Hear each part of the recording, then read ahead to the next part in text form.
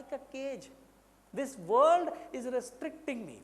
This world is like a limitations. Oh my God, every day get up, do the breakfast for the husband, children, and then prepare everything, prepare lunch, go to work for office, come back at 5 o'clock, again do the same thing. This life has become like a blessed cage for me, doctor. I can't even move out. I don't have the freedom at all.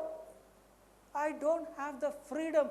I feel restricted. I feel limited. This is how the birds will talk. I feel dominated. One day, if I don't cook, my husband cannot understand. No, but he wants home food. Wow, he has got married to me only for me to do his food and lunch and dinner and house and everything. This is what he has got me married. I lost my freedom. I was so nice before the marriage.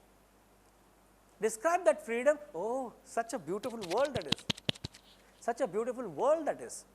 That world was something where I was able to go anywhere. I was able to move anywhere. I was able to fly. I was able to feel light. I was able to go in any direction.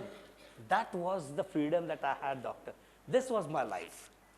To feel lighter, to feel floating, to feel up in the air. And now I feel restricted. I feel limited. I feel as if I'm caged. I feel as if I'm in a boundary.